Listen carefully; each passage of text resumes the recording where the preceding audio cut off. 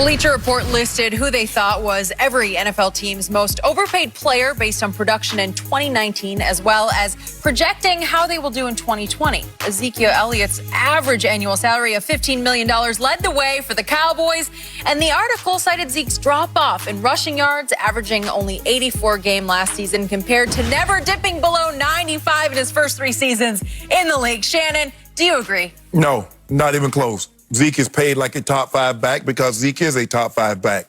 Amari's contract. Amari's the most overpaid.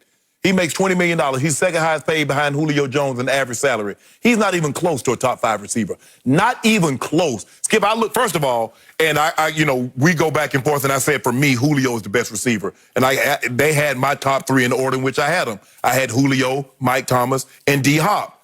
But for somebody to have Julio Jones as the 7th best receiver, Skip, so now I don't even want the list anymore. But Skip, when you look at Amari Cooper, and there's something going on here because John Gruden got off it. Because what we see is we'll see an incredible high. We'll see a guy go get 202 touchdowns, and then he'll follow that up with 150 on a touchdown, and then he'll get another 100, and then he steps off a cliff. Skip, 0 catches against New England. He had 4 catches on 12 targets against Philly in Week 16.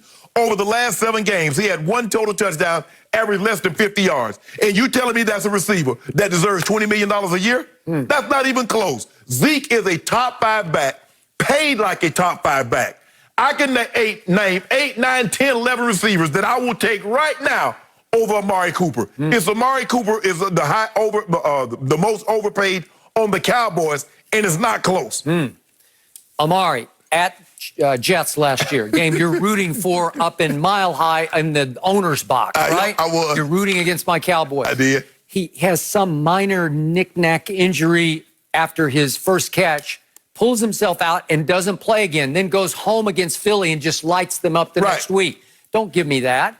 And then at New England, he waved out of the game because he couldn't get open against Stephon Gilmore. Locked him up. He just went over and pouted on the sidelines. I just can't beat him. I can't beat him today. And then at Philly, it's the game of the year. Do or die, sink or swim for the division. Jason Garrett yanked him down the stretch because he was running half-hearted routes. And that guy got $20 million because they were afraid the rival Redskins were going to jump on him and sign him. Damned if you do, damned if you don't. I do agree with that one. And by the way, the harder I looked, I'm glad this question was asked because it made me look hard at these deals last night. Zeke's contract is not that overpaid. It's not that favorable to Zeke, actually. It's really not that much compared to DeMarcus Lawrence's contract. I think D. Law's contract is right there with Amari's for the most overpaid because he got 5 years, 105. He got $21 million, so he's a little above Amari. $21 million to Zeke's $15 million a year, and his is 1 year less. That's a 5-year versus a 6-year for Zeke. And the guaranteed money, and it's the one guaranteed at signing, the real guarantee, D-Law got 48 guaranteed to Zeke's 28. Well, it's like twice the contract, right, in the end?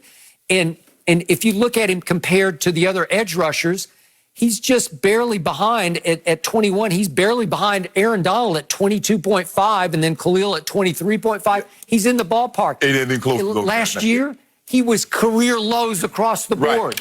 He was kind of a no-show last year for that kind of money. And it's Skip, at least Zeke went to the Pro Bowl. He did. And by all metrics, Zeke, when you look at Zeke and you talk to people around the league, Zeke doesn't drop out of the top 5 when it comes to running backs. No. Skip, nobody has Amari Cooper in the top 5. I don't believe anybody's going to have, as far as D lineman, would have D Law. But for me, Amari, Skip, not showing up in these big games. And Skip, we've seen that over his career. We'll see incredible highs. It is why John Gruden said, I can't live with this because his motor doesn't run consistently hot enough for John. And if he can get a first back, which he did, that'll work. Skip, over 7 games, 1 touchdown, and average less than 50 yards per game over. That's almost half a season. Okay, but against Philly at home and Minnesota at home, go check those tapes. Because you see top 5, but you can't expand it over the whole year. Skip, and one general manager said there's something holding him back. One NFL personnel man said he was the best receiver on the market,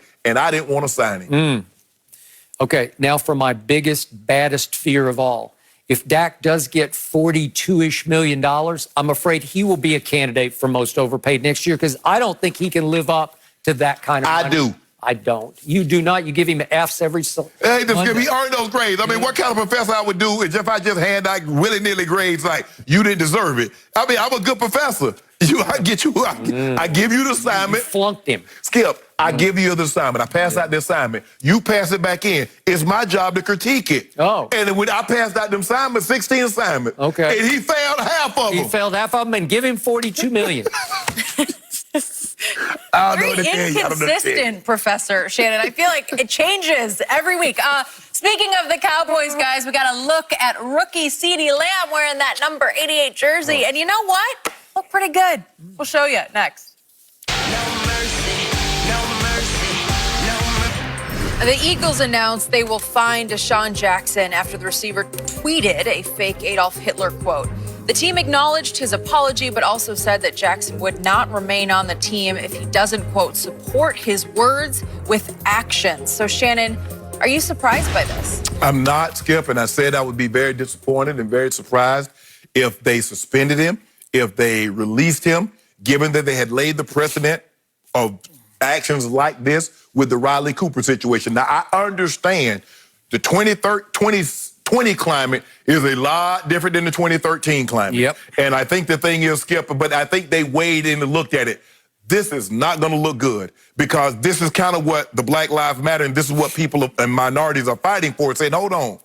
That guy said something and nothing happened. He got fined, got 5 days off, came back, played well, and got an extension. One guy said something, he gets suspended, he gets released. So I think that played heavily into it because, Skip, because Mr. Lurie, the owner of the team, is Jewish. Howie Roseman, the general manager of the team, they're Jewish. So it hit them differently. Skip, and that's what I tell people all the time. When people that's been offended, let's just say, take for me, someone says something that's offensive to me or my race of people, and someone outside says, well, move on. It wasn't that. That's not your call. That's not your call. You don't get to determine how much it should hurt, how soon I should and would move on. But I think the thing is, Skip, and they said they can fine him up to one game check, which is $365,000. Had they suspended him for conduct detrimental, that would have been 4 weeks. That would have been about $1.5 million. So for me, Skip, Deshaun made a mistake. And why we were the intent. But remember, the intent only matters to the defendant. The person that you offended is equally outraged, whether you meant it or not. You sound like you went to law school. Sometimes I feel like I do. Skip, and the thing is that I want my community to be outraged.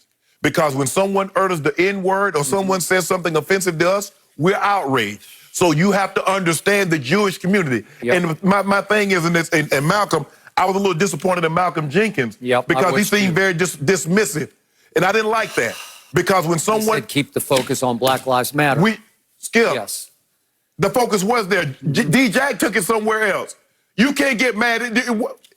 When George Floyd lost his life, when Aubrey died in Brunswick, nobody was mentioning what the Jewish community may or may not have had, what they own or may not have owned.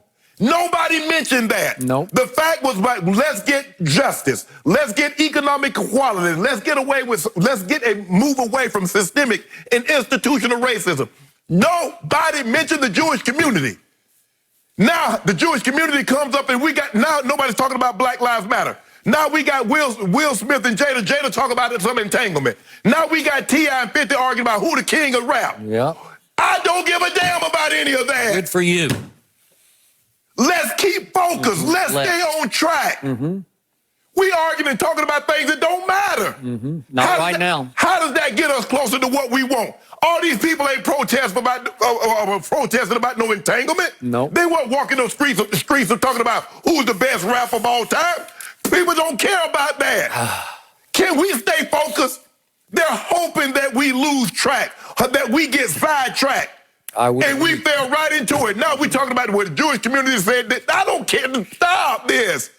Because that was never what this was about.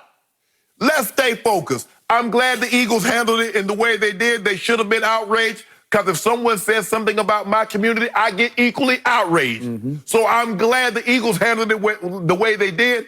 I'm glad Deshaun has apologized. I believe his apology is sincere. I'm glad Julian Edelman reached out and said, bruh, let's go. I'll take you to the Holocaust Museum. Let's go to the Black History Museum.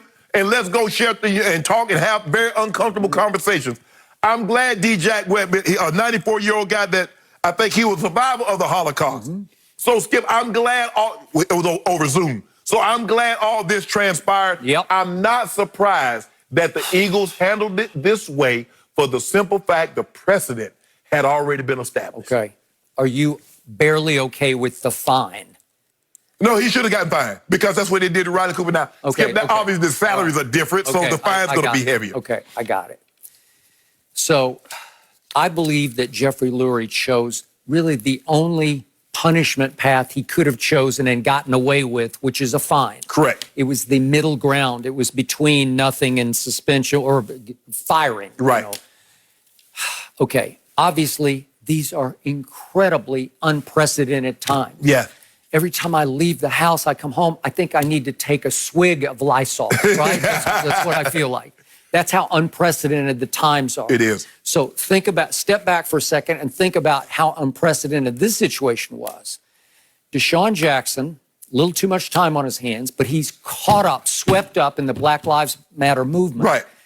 And he's on fire with it. He's maybe a little over-emotional and overzealous, and he's not thinking straight. He's not looking before he leaves. Right.